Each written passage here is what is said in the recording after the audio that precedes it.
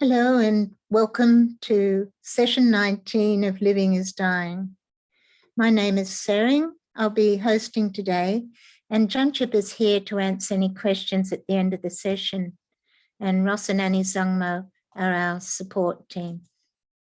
We begin by acknowledging the traditional owners of country throughout Australia and other lands and recognise their connection to land, waters and culture. We pay our respects to their elders, past, present, and emerging. Today, we're continuing with Chapter 5 of Living is Dying, Aspiration Practice. But before we start reading from the book, I'd like to answer a couple of questions we didn't have time to address from last week. The first question: is Pure Land the same as clarity and emptiness simultaneously? Well, briefly, yes. As Rinpoche mentioned in the book, it is the same as the ground of liberation or Buddha nature. I found a quote from Kabji Dilka Khenzi which explains, in the sutras, we can read how, on the eve of their attaining enlightenment, bodhisattvas such as Amitabha would make profound prayers and tremendous offerings to all the Buddhas. They prayed that they might manifest a Buddha field and then emanate themselves within that Buddha field so as to bring the greatest possible benefit to all sentient beings. From the Vajrayana perspective, Dilka Khenzi Rinpoche says, the understanding of Buddha field is a deeper one.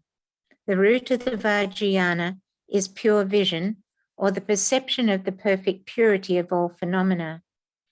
To enact this purity of perception, we do not perceive even the place where we are now as just an ordinary place. We imagine it to be a celestial Buddha field. So Dilka Khenzi Rinpoche is referring here to the aim of the Tantrika, to hear all sounds as mantra, see all beings as the deity, and our environment as a pure land or a mandala of the deity. So there are many different pure lands, as many as there are manifestations of the Buddha or the deities. It depends on the power of our connection, which one that we have drawn to. And in this pure enlightened reality, we can meet with awakened teachers and practice the Dharma and escape from the suffering round of samsaric rebirth. Which brings me to the next question. When we escape the suffering of samsara by going to a Buddha realm and never having to return to the 6 realms, what about our bodhisattva vow? Aren't we supposed to continue to return to samsara to alleviate the suffering of the 6 realms? Well, as Dilka Khenzi Rinpoche said, the bodhisattvas manifest these pure realms in order to be of the greatest benefit possible to all sentient beings. It's like the yogis meditating in caves. It's hard to imagine that they could be benefiting anyone other than themselves, but we are assured by great beings like Milarepa that this isn't the case. So tremendous benefit to all sentient beings comes from just dwelling in the Pure Land or Buddha realm. And once we're there, we are told there is no other agenda or activity but practicing the Dharma and receiving teachings from high-level bodhisattvas. So that prepares one to consciously return to any of the 6 realms to benefit the beings in that realm as a transformation or namanikaya and not an ordinary form of rebirth, and continue benefiting beings according to one's bodhisattva vow. So I hope that helps with those 2 quite important questions that were asked at the end of the last session. And now we'll continue with the book. Rinpoche says, if you feel more closely connected to Guru Rinpoche, Padmasambhava, yearn to be reborn in Zaldok Palri, the copper-coloured mountain of glory. And most practitioners of the Nyingma Kagyu or Sakya schools of Tibetan Buddhism will feel a connection with Guru Rinpoche. He is, after all, the father of the Vajrayana in Tibet, and many of the sadhanas we practice feature manifestations of Guru Rinpoche. Whenever I think of the copper-coloured mountain, I think of Uluru. Many masters, including His Holiness Dalai Lama, the Drukchen Urgen Topkil Rinpoche, Songse Khensa Rinpoche, Gausi Tuku and Sazuk Tuku, have made pilgrimage to Uluru, the copper-coloured mountain in the centre of Australia. And some feel this is some sort of physical manifestation of Guru Rinpoche's copper-coloured mountain. Even the mountain rocks in the base of the image shown here look like Uluru to me, but that's probably just my imagination. And Rinpoche goes on to describe the copper-coloured mountain. It lies in the southwest, is surrounded by oceans of blood, heaps of skulls, piles of gold, and horned man-eating demons, their fangs dripping with fresh blood. Crowning the summit of the mountain is a palace of crystal, lapis lazuli, rubies and emeralds. At the center of the palace, on a jeweled moon and sun-disk seat, sits Guru Rinpoche, Padmasambhava, brilliant, beautiful, majestic, glorious, victorious and magnificent. Boundless rays of rainbow light stream forth from his body, and he exudes immeasurable unconditional love and compassion for all beings. Mandarava, who is none other than Guru Rinpoche in female form, sits to his right, and Yeshe Sogyal sits to his left, and the great Buddhist masters of the past sit all over the mountain like a blanket of snow, just as in the image you can see here. And Rinpoche goes on to say, many prayers of aspiration to be reborn in Saldok Palri are available in English on various websites. Recite whichever prayer you like best and offer prostrations to the southwest. So we're going to be reciting two of the prayers listed here. First of all, the prayer of aspiration for the Mountain of Glory by Jamin Khensi Choki Lodro, which I now invite Annie Zangmo to lead us in reciting this. And while we're reciting, perhaps we can focus on the meaning of the words. A prayer of aspiration for the Mountain of Glory by Jamyam Khensi Choki Lodro. Oma Hung Vajraguru Padma Siddhi Hung. My whole perception is the utterly pure realm of lotus light, arrayed in complete perfection as the copper-coloured Mountain of Glory, in which is the limitless palace of the three Kayas, full of joy and happiness. On the lower story, in the great Namanikaya shrine room, is the lotus-born Guru of Orgyen, embodiment of the three roots. Surrounded by his entourage of Vidyadharas, Pavos and Khandros, where the sound of the teachings of the secret mantra Vajrayana rings out. On the middle story, in the great mansion of the Sambhogakaya, dwells the Supreme Great Compassionate One, Avalokiteshvara, surrounded by his retinue of Buddhas and Bodhisattvas. Above is the limitless heavenly realm of the Dharmakaya, in the centre of which resides the teacher and protector, Amitabha, surrounded by his entourage, who are in nature no different from him.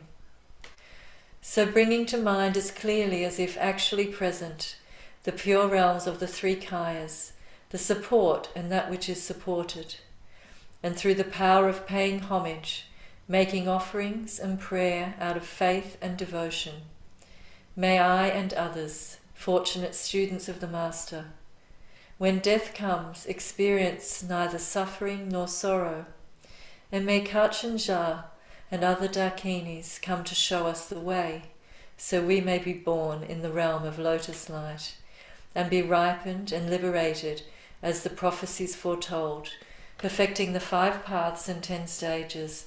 May we be inseparable from the vast expanse of the wisdom mind of the Lord of Orgyen.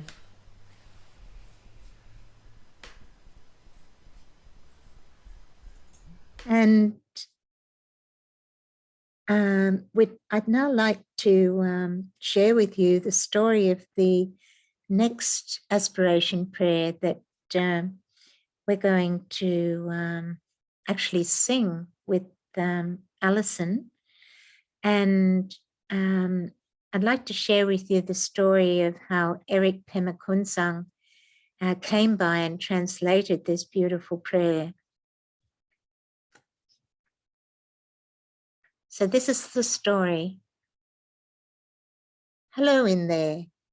You may need this. I have no use for it. Take it. Translucent streamers connect the monsoon sky with the earth, while one handful of grain after the other bounce off the mandala plate in my hand on their way to be universes of wealth for everyone. The voice belongs to a yogi. He has for some reason felt compelled to give me a small stack of pecha, single sheets of script in Tibetan writing or print. He disappears right away into the mist. I am sitting in a little cave above the Lotus Lake in Himachal Pradesh and happily open up the cloth-wrapped stack of pages. One of the texts is the Lotus Essence Tantra. It's short and amazingly deep in meaning. Another is the Vajrasattva's liberation through hearing, and it is equally profound. They are teachings and at the same time meant to be sung so that our mind is freed during the chanting. They are messages from Padmasambhava to people in our time, sent as terma, hidden treasure teachings from 1,000 years before. And they are printed with carved wood blocks on a strange type of parchment, so strong you can't almost rip it apart. Many years later, I discover which Buddhist master has printed these little texts that I was given. His name is Tulku Urgyen Rinpoche, and he tells me why he chose to publish these particular sacred scriptures while building his monastery in Bodhanath, Nepal. His own teacher had regarded them as the very essence of Vajrayana. The strong parchment came from Korean cement bags made of multi-layered brown paper, which was all they had at that time to use for printing. The third text is a list of all the most important Terma treasures revealed in the Himalayas over the span of 1,000 years. I am deeply moved while spelling my way through the teachings with wonderful names. A few months later, I received meditation instructions from Tulku Urgyen for the first time. And Eric goes on to say, at the bottom of the stack, I found an extra little text, also written in Tulku Urgyen's hand. A single sheet of poetry in 5 verses, but it catches my attention. It is beautiful, deep and poetic. It is a chant, a decision, a prayer, and an earnest wish, a way to direct one's mind and will for now and all future. Unifying the reality of what we are with enlightenment, but directed towards following the path of a knowledge holder, a practitioner of the Vajrayana. The chant is a way of acknowledging the deepest and most pure nature of our being, personified by Padmasambhava, the lotus-born master, from the fabulous country of Udayana, and connecting with the awakened state realized by all the Buddhas. It is also a way to ensure a peaceful passing at the end of this life. It was written by a master who is said to have had the highest realization in the Tibetan lands. His name is King of the Gentle Melodiousness of Wisdom and Kindness, Jamyang Khyentse Wangpo, our Rinpoche's predecessor. The first verse is about Padmasambhava's realm, a field of pure excellence known as lotus light, the display of space and wakefulness. The second lists the 4 visions, levels of realization in Dzogchen practice, combined with the sceneries of this pure realm. The third describes the 3 aspects of enlightenment, the 3 kayas. Here personified as Buddha Amitabha, who is the infinite light of our basic nature, the compassionate Avalok, who is spontaneous love beyond boundaries, and Padmasambhava with his 8 main forms with whom we can easily identify. The 4th stanza is about the magical net of the knowledge holders and the wish to connect with this perfect display of awakening at the moment of death, rather than taking another rebirth as a confused ordinary person. The last verse is the wish, the vow, the aspiration to reach true and complete awakening through the path of the inner tantras, especially that of the Mahayoga, so that we can genuinely help ourselves and all other sentient beings by realizing and manifesting an infinite ocean of the 4 kayas and 5 wisdoms. So we now have Alison with her beautiful voice to lead us in singing the aspiration, and please don't hesitate to join in. And at the end of the chanting of the Totem Cell mantra, we'll pause for a few minutes to reflect on Guru Rinpoche and Saldok Palri. Om Ahung Vajra Guru Padma Siddhi Hum. Vast and indestructible sphere of wakefulness, joined with basic knowing's open space.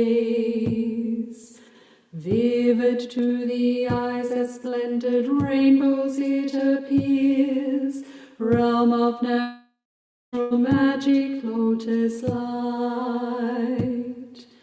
Rainbow rays in vast expanse the nature manifest, in boundless mansions visions on increase. Darkers and darkinis, the perfected knowing state, dancing Vajra songs transcending thoughts.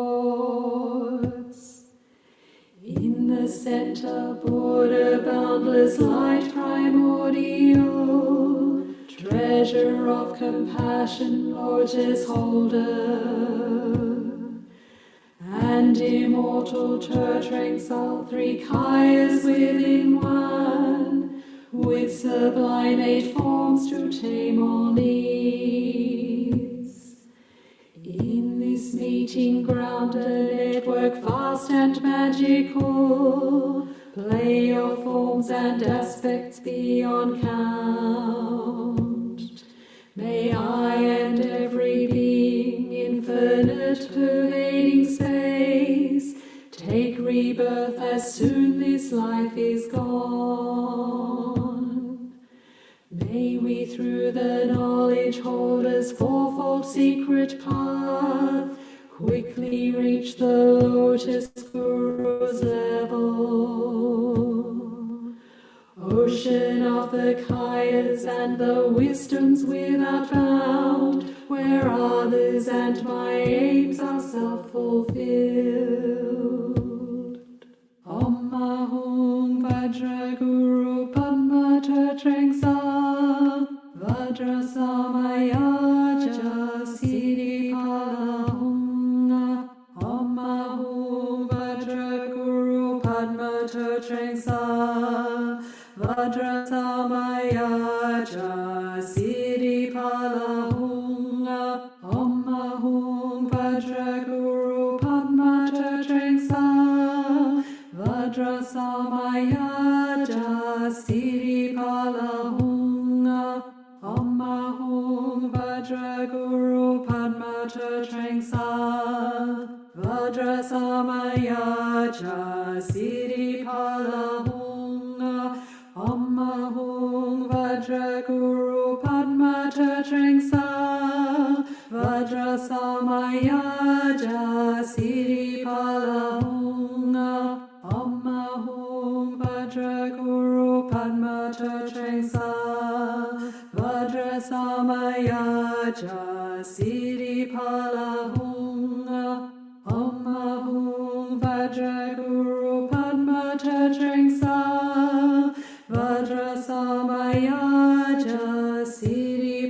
Hunga.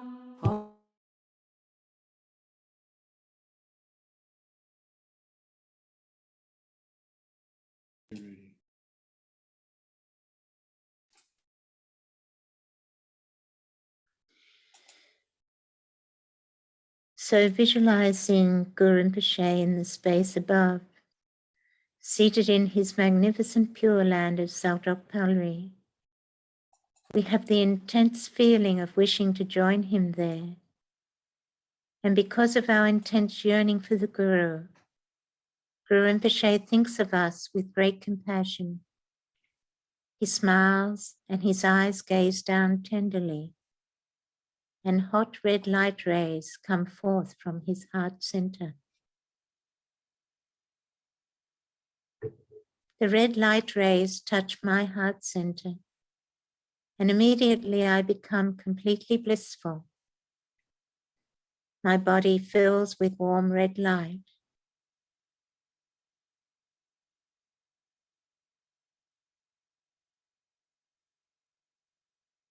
Finally, I completely melt into red light, in essence, great bliss.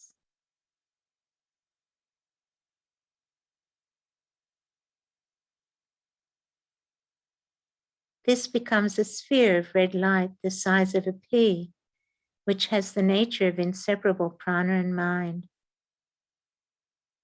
The sphere of red light then flies up like the spark from a fire and dissolves into the heart center of Guru Rinpoche. I become inseparable in one taste with the Guru.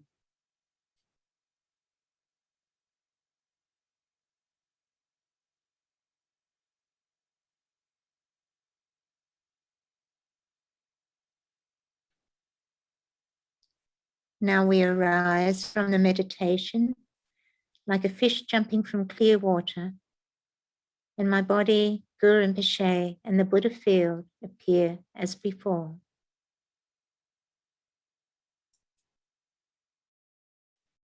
I'd just like to mention that Annie Zangmo leads a beautiful online practice called Rain of Blessings twice a month on Guru Rinpoche Day and Dakini Day. There's a practice of Guru Rinpoche, and the details are available on the Siddhartha's Intent Australia website if you're interested in joining that. So now we return to the book.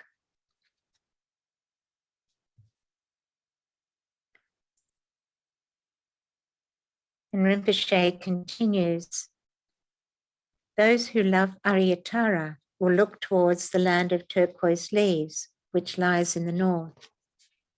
In Aryatara's Buddha realm, all the living beings are female, the bodhisattvas, the birds, the tigers, everyone. Aryatara resides at the center of a magnificent, transparent lapis lazuli palace.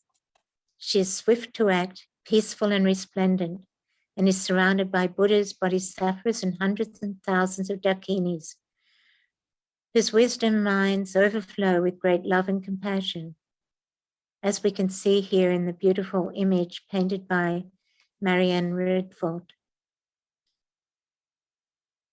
There's so much I could say about Aryatara. The tender love and compassion for sentient beings is boundless, and Rinpoche himself relies on Aryatara, and she is the patron deity of the Khensi Foundation. And Aryatara is all about activity, so active that millions call on her manifestations for help daily. Tara in this case is green, representing the wind element, the element that gives and sustains life as our breath or prana. And before we recite together with Annie Zangmo the aspiration prayer to be reborn in the pure land of Aryatara, I'd like to read an account by Delek Dawa Droma, a Tibetan woman who died and experienced visiting Yulokupa, Tara's turquoise pure land, and then returned to live and tell us about her experience. And while I'm reading, you might like to turn away from the screen and meditate and imagine that you are also visiting Tara's Pure Land.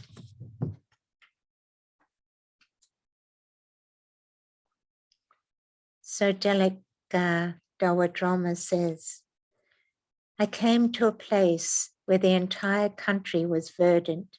Wherever I looked, beautiful and vividly clear, a marvelous environment with many extraordinary features. Pavilions of 5-colored rainbow light hovered in the sky. Many kinds of flowers and lotuses grew everywhere. Here there was no concept of summer or winter.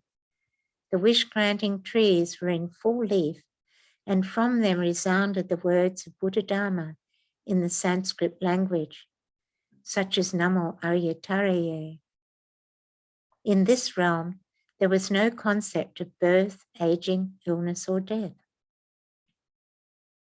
All the inhabitants were born miraculously from the hearts of lotuses. In no future lifetimes would they hear unpleasant or discordant sounds. Those dwelling there were bodhisattvas who had attained high levels of realization. At the very moment I entered there, I awoke from the deep sleep of ordinary rational consciousness and was free of the veils of ignorance. The inner vision of my pristine awareness expanded, and I experienced a surge of love and compassion. I came to a courtyard in which many thousands of goddesses, dressed in green, danced and chanted the praises of the 21 forms of Tara in the Sanskrit tongue. Occasionally they played small finger cymbals, golden hand drums, and drums made of sandalwood, ebony, and 4 kinds of heartwood, as well as cymbals, gongs, and flutes. Upon hearing them, I felt an unimaginable sense of devotion, and I made many offering praises with my mind. As I proceeded to the immeasurable central palace, the celestial mansion, I saw that the 5 layered walls were made of conch shell, gold, coral, emerald, and sapphire, all with friezes of ruby. The pillars and columns were made of red pearl, the main roof beams of quartz crystal, and the rafters were made of gems to illuminate the interior. Atop a cornice of gold was a pediment of coral, supporting a bluish-green vault of turquoise.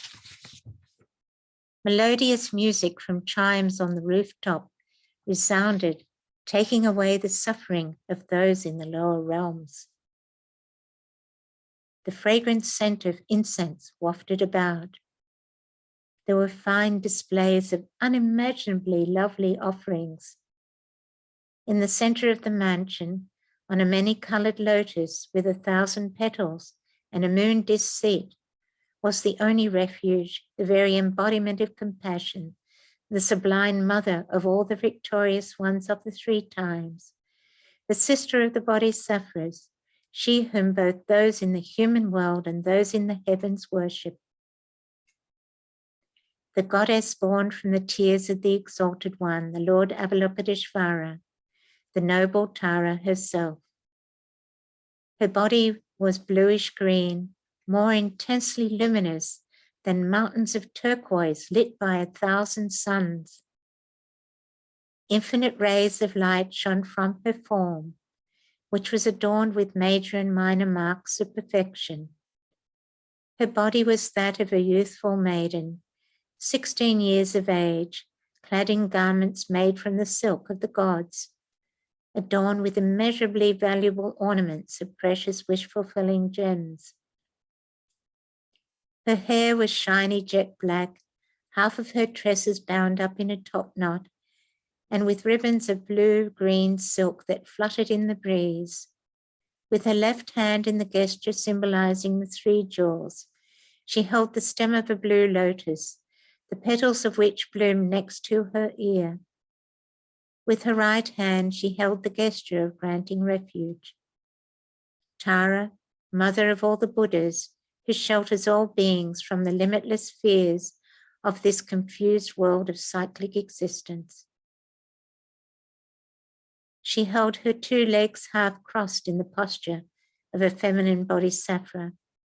Many noble feminine bodhisattvas were circumambulating her, and there were also many varied manifestations of Tara herself.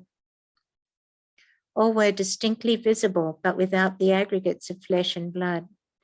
They appeared as illusory forms of pristine awareness, a magical display manifesting in myriad ways. I saw them in all their scintillating brilliance, like stars and planets, reflected in the vast ocean. At this point, my grasping at ordinary reality spontaneously ceased, and I experienced for a time an unimaginable sense of awakening.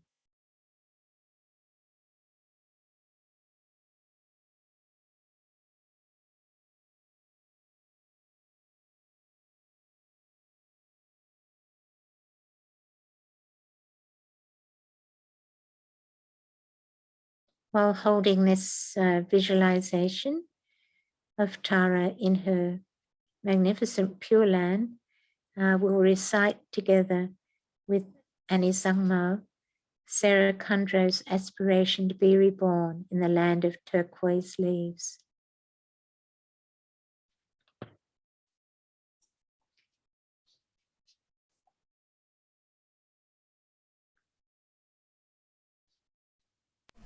Aspiration to be reborn in the land of turquoise leaves, burgeoning benefit and happiness. Namo Guru Arya Taraye. My own perception is a supreme realm of perfect purity, self-arisen and spontaneously perfect, with a vast golden ground, bathing waters and pools that possess the 8 qualities, trees, flowers, and fruits of many kinds, birds and wild animals who proclaim the Dharma, the sweetest perfumed incense filling all directions, and divine youths, male and female, who constantly offer gifts and words of praise. In the center, upon a carpet of jewels, is an immense mansion of lapis lazuli, a spontaneously arisen palace, delightful to behold, transparent inside and out.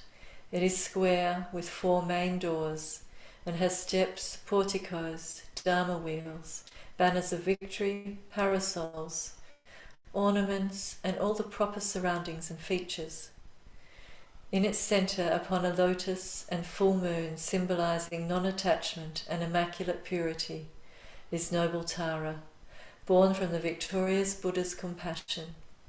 She is blue-green, with 1 face and 2 hands, swift to act, peaceful and resplendent.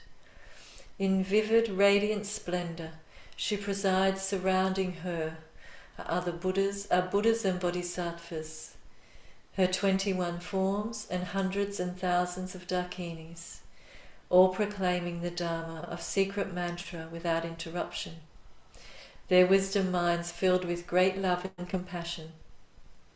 Throughout this and all our future lives, we will hold you, precious Lady, as our special deity, and with body, speech and mind in unison, devotedly pray, outwardly maintaining the conduct of individual liberation and the Bodhisattvas, and inwardly manifesting the supreme path of the 2 stages of the profound Vajra vehicle, without error.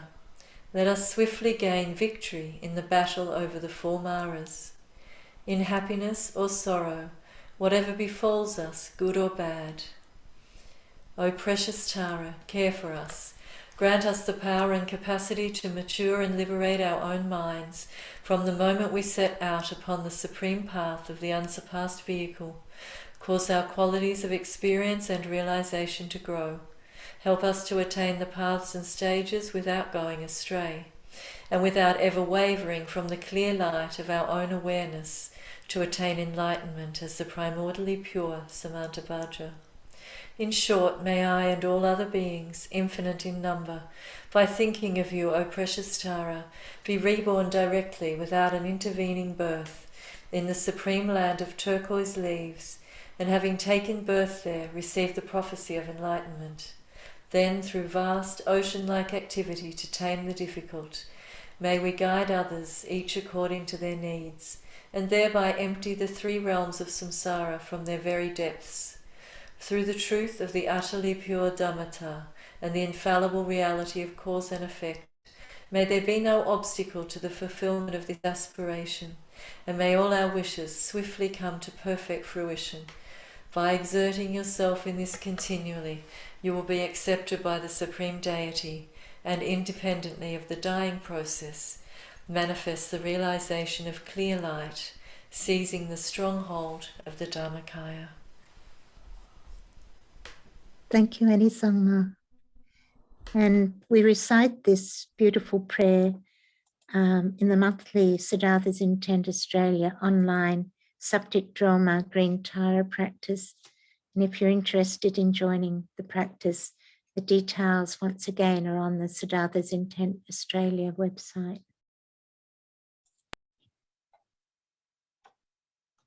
So now we're returning to the book.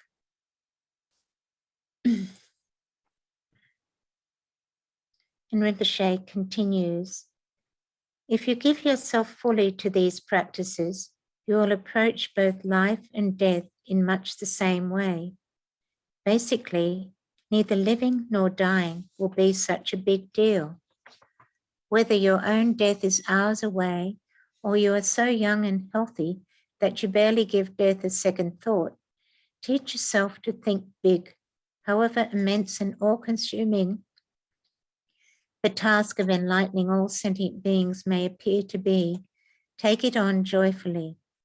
If you do, when eventually you find yourself confronted by death, rather than becoming depressed about being the most useless, doomed creature on the planet and wallowing in self-pity, you will instead look forward to single-handedly completing your task. If all this sounds too much for you, tell yourself, I wish with all my heart to participate, assist, and contribute towards everything the other great bodhisattvas have ever done and continue to do towards fulfilling the great vision of bringing all sentient beings to enlightenment. Yearn to become part of the bodhisattva community. Long with all your heart to contribute to their tremendous endeavor in any capacity, as a footman, a warrior, a caterer, a doctor, or whatever. If you wish, make your aspirations in the words of the great Shantideva, as written in his classic Buddhist text, The Way of the Bodhisattva. And you might like to read these words with me. They're very precious. May I be a guide for those who are protectorless, a guide for those who journey on the road.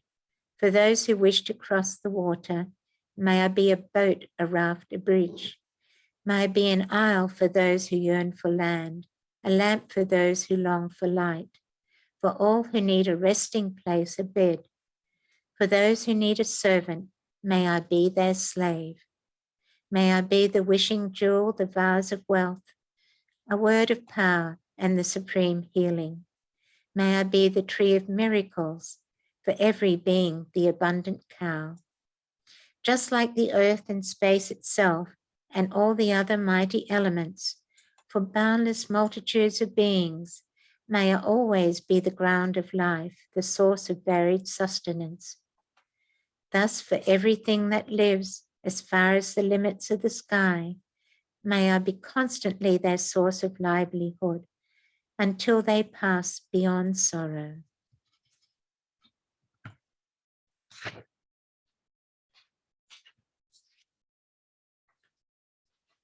Now we're going to do something special now. We're going to show an excerpt from a teaching Songtse Khensa Rinpoche gave on aspiration in Rio de Janeiro in 2019. I'm sure you will enjoy this.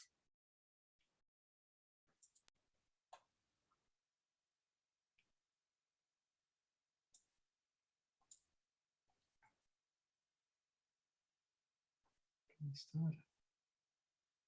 Wait a minute, I've got the wrong thing. Haven't No, you haven't. I? No?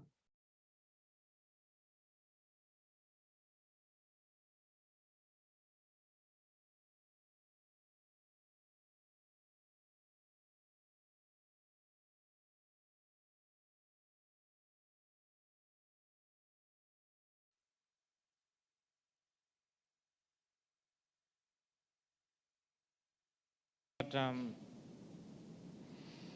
there are things that we don't know what we should be aspiring for, but we are so afraid at the same time, which is like after the death, so many people have been dead, dying.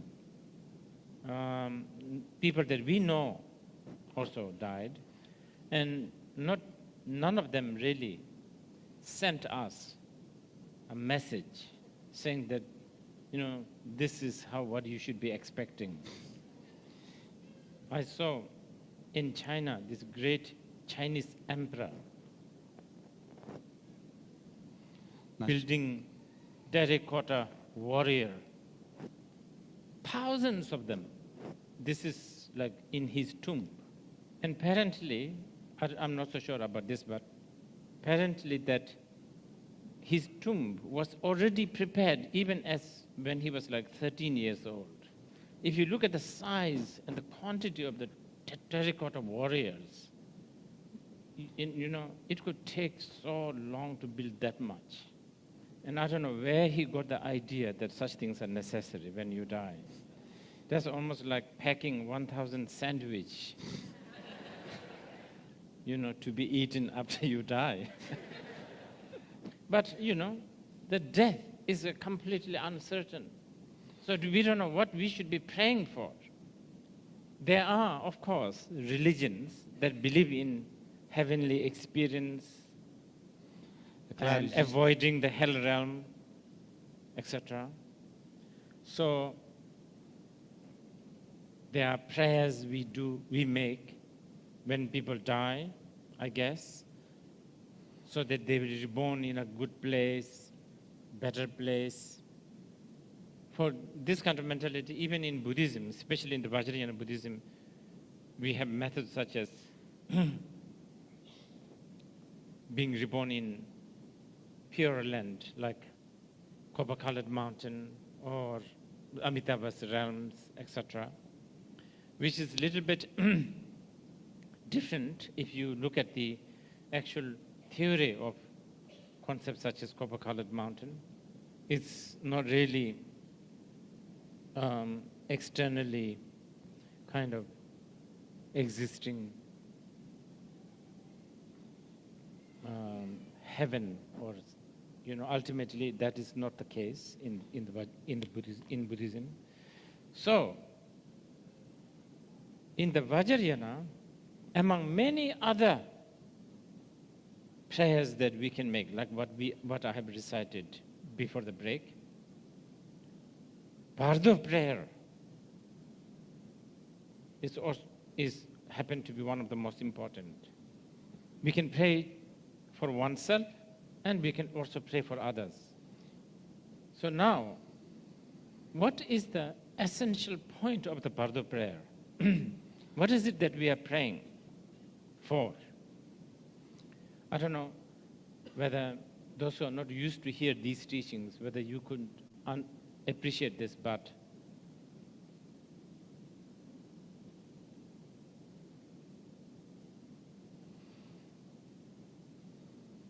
quintessence of the Bhardo prayer is to know where we are.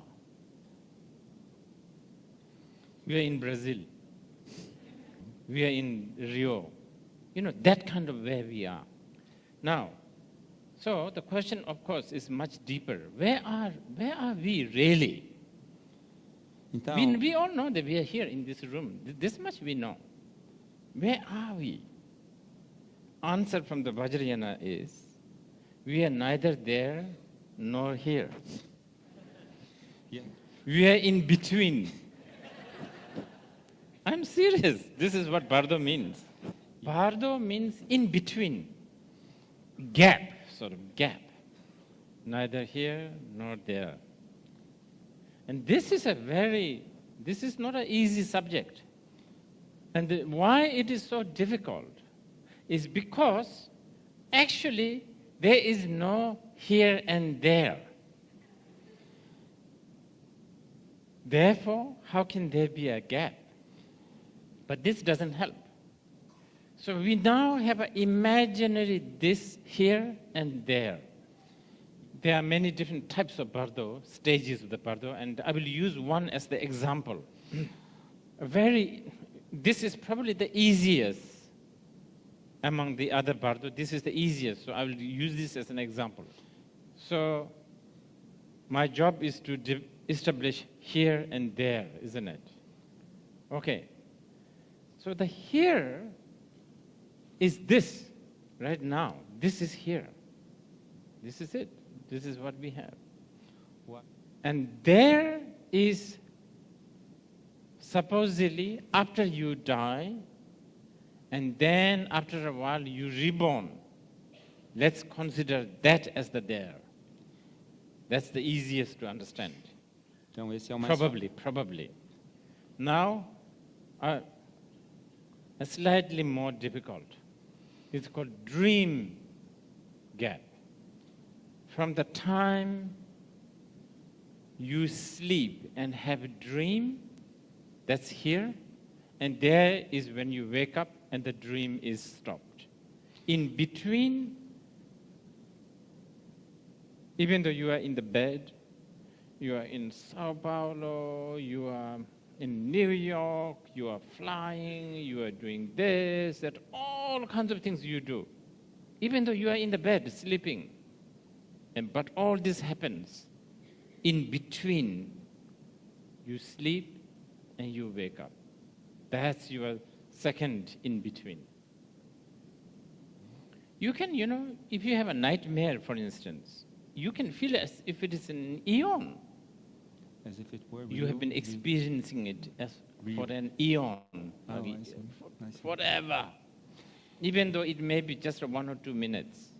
Okay? Now, again, a slightly more subtle bardo. From the time a meditator begins to focus, remaining in the focus until he gets distracted.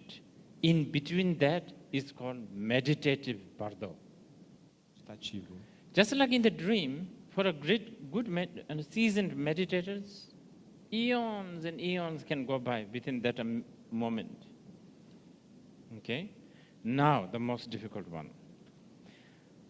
From the time when we did not recognize we are Buddha until one day when we recognize we are Buddha, it's all bardo.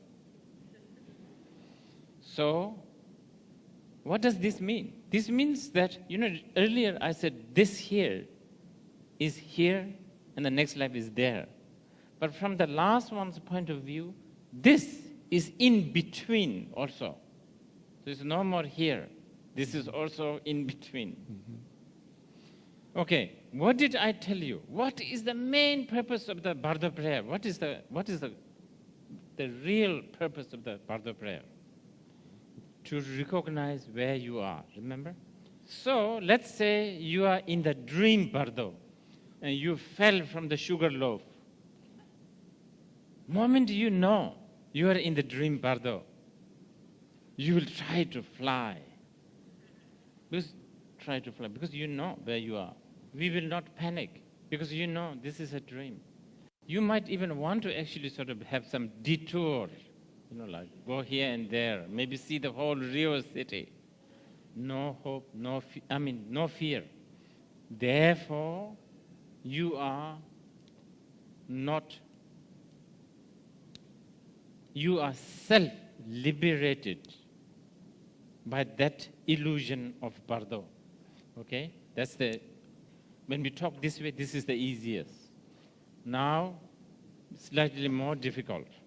When a yogi, from the time he concentrates, if he can really remain the knowing where he or she is, maintain that awareness, eons and eons can go by. All sorts of calamities, great adventures, success, victories could happen.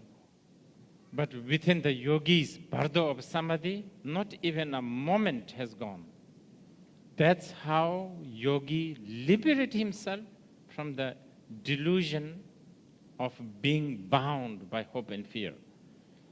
É assim Or, que, like, oh, concentrate, oh, I'm getting distracted, like that. Because yogi knows where he is. Okay?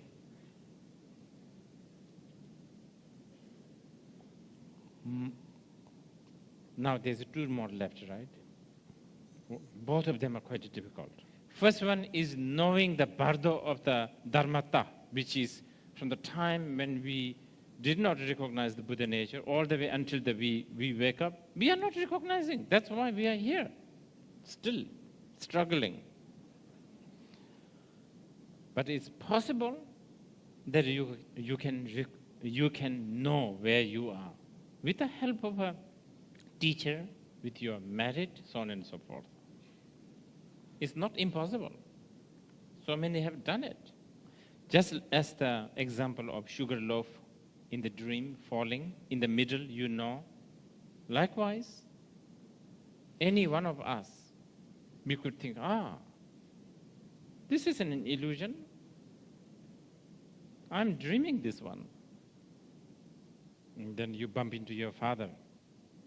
And then you say, he's now acting as my father here. And you look at the city of Rio, and you see, amazing, this is called Rio. Why is it called Rio? Doesn't matter, really. All that tension, stress, that as a phenomena when it appears, that it has to be only how it appears, that all gets liberated. When you bump into your father, and the next you bump into your next door thief, both of them have played the part of being father and the thief, taking turn thousands and millions of times. And it is so amusing that your name is Manuel. Why is that? Things like that,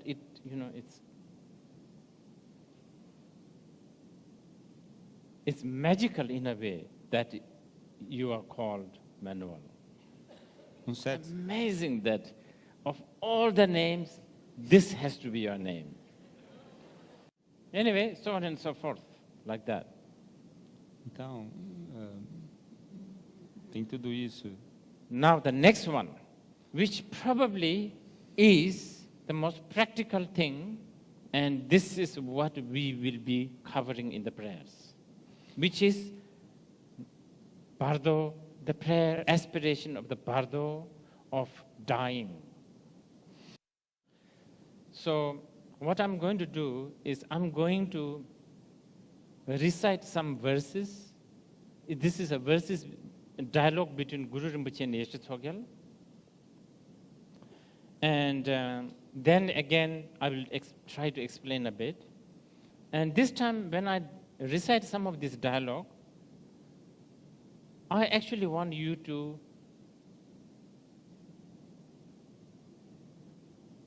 play the part, so to speak.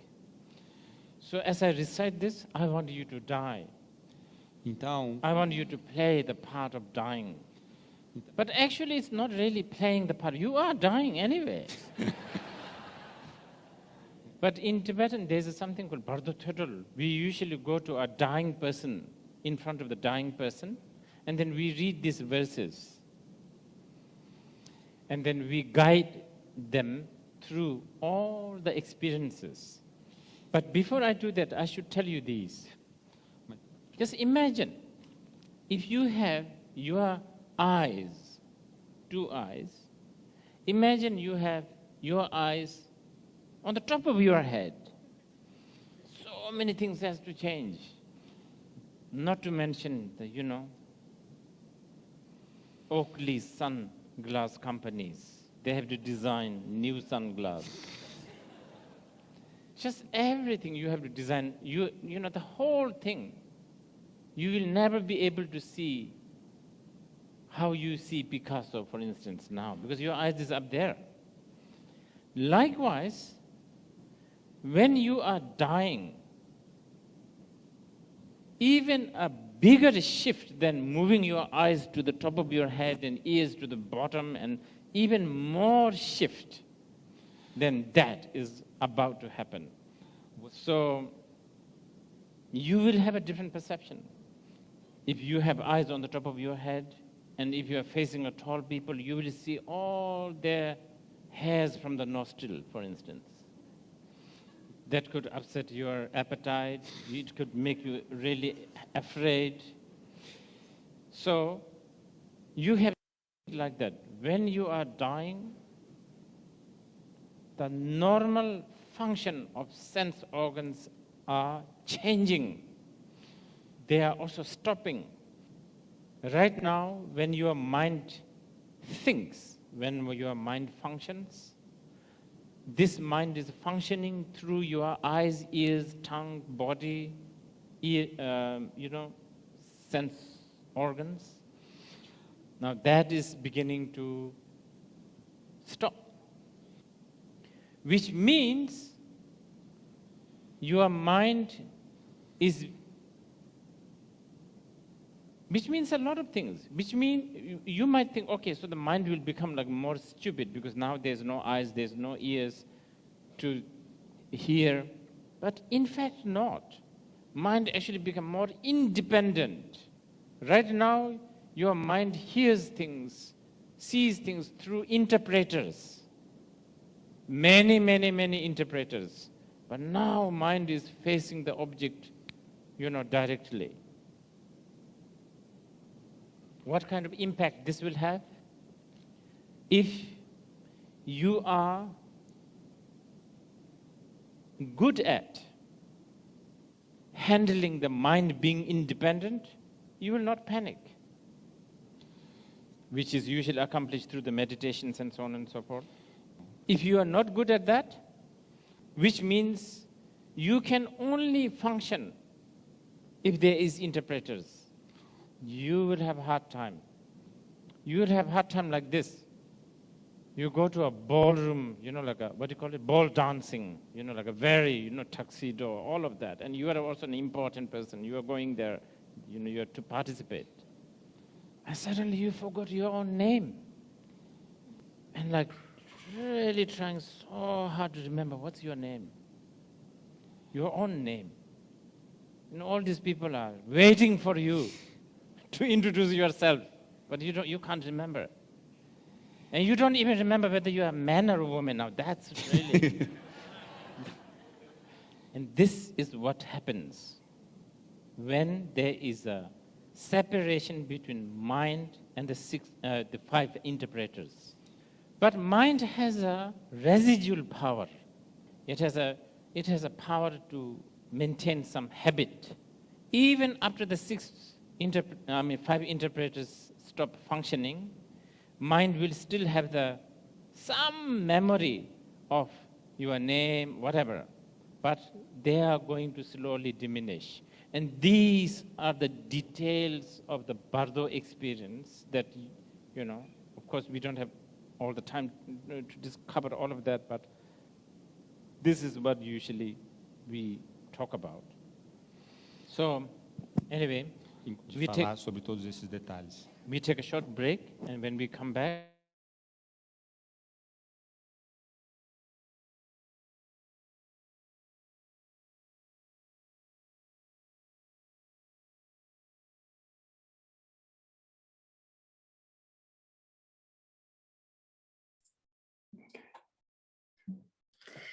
I'd really encourage you to watch the rest of this teaching of Rinpoche which Rinpoche gave on aspiration in Rio de Janeiro in 2019. From where we stopped the YouTube, Rinpoche leads us through the dissolution at the time of death, according to Guru Rinpoche's instructions to Yeshe Sogyal. And he also teaches on the importance of making heartfelt aspiration according to the Mahayana and Vajrayana viewpoints. And what we were watching was the English version, which has the Portuguese translation taken out. So we're just about, we're 1 minute over time. I'm sorry, but if you have any questions, maybe we can just take a couple of quick questions. Are there any questions in the chat box, Annie Sangma? Just having a look. Actually, I have a question that came privately. How come Guru Rinpoche's Pure Land is surrounded by oceans of blood with man-eating demons when other Pure Lands are so celestial and peaceful? Oh, I think I might let Jangchub answer that. If we can, if you can unmute Jangchub, if your internet's okay there. Yeah, I have unmuted. Right, and so the description of that particular Buddha of Guru Rinpoche's manifesting is wrathful in energy. It's an extreme compassion.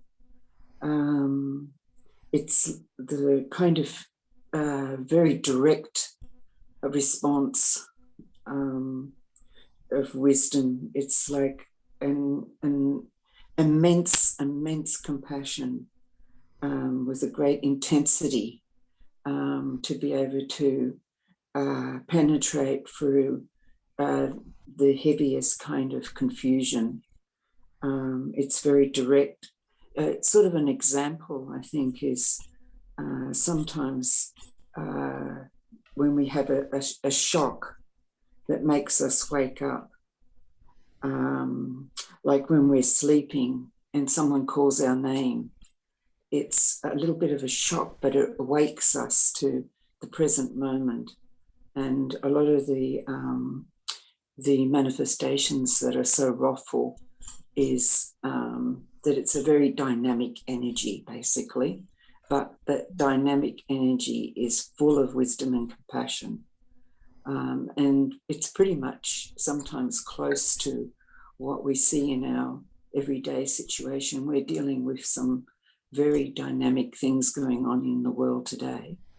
And in order to break through some of those confusions, I think it probably takes that kind of energy to penetrate and to wake us up. Sometimes things manifest in certain ways that need a lot of power and force behind them to snap us out of our deeper delusions. That's what I believe, that wrathful compassion is purely there as just an incredible embodiment of compassion. That's my understanding of what I've heard and that I can remember at this point in time. oh, thank you, Jangchub.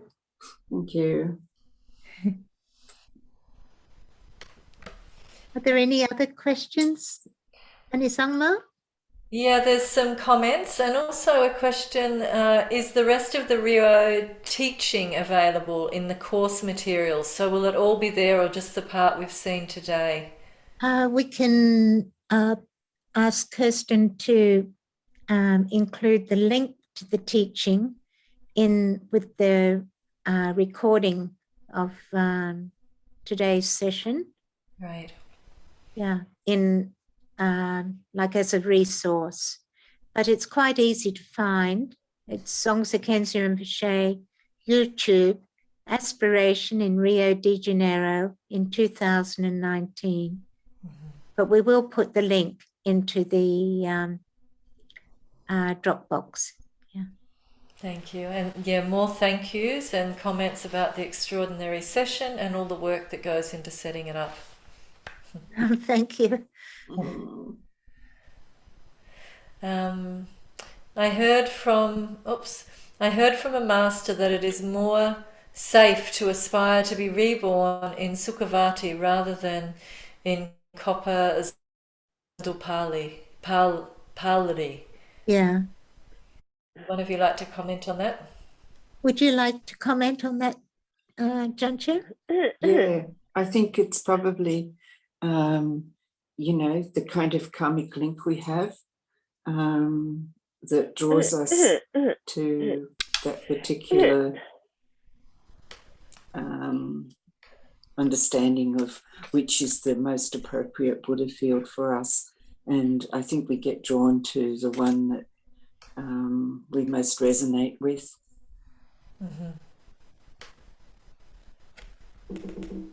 I think they're all pretty amazing Buddha fields. Buddha fields are Buddha fields.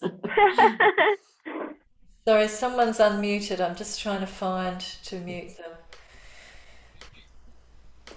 I think Ross has got it. Oh, good. Thank you.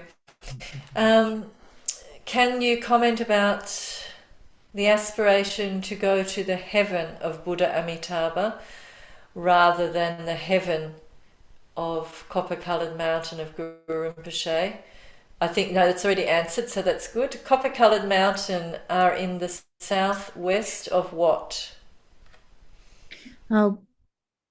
When these directions are given, they're given from the point of the center of the Buddhist universe, which is where all the Buddhas of our time have been and will be enlightened, and that is Bodh Gaya in India, in Bihar state.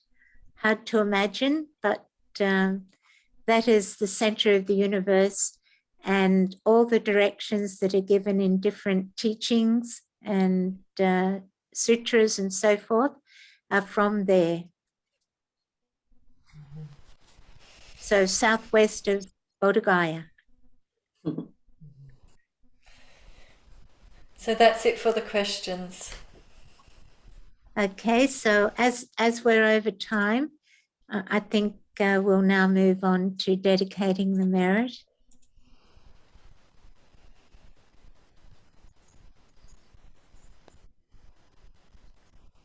This virtuous accumulation of merit we offer so that all obstacles dissolve, and at the time of our death, each of us may find ease in dying and swift rebirth in the pure land of great bliss, quickly gaining enlightenment for the benefit of all sentient beings.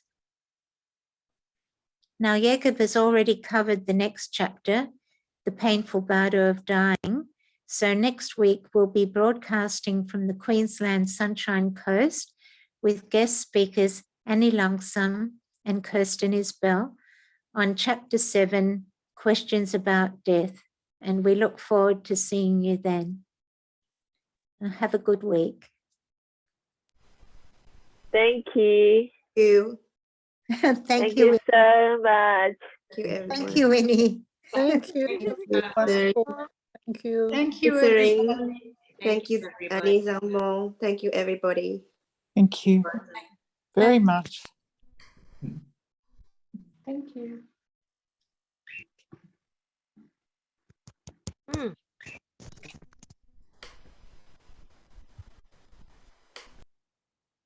This thing.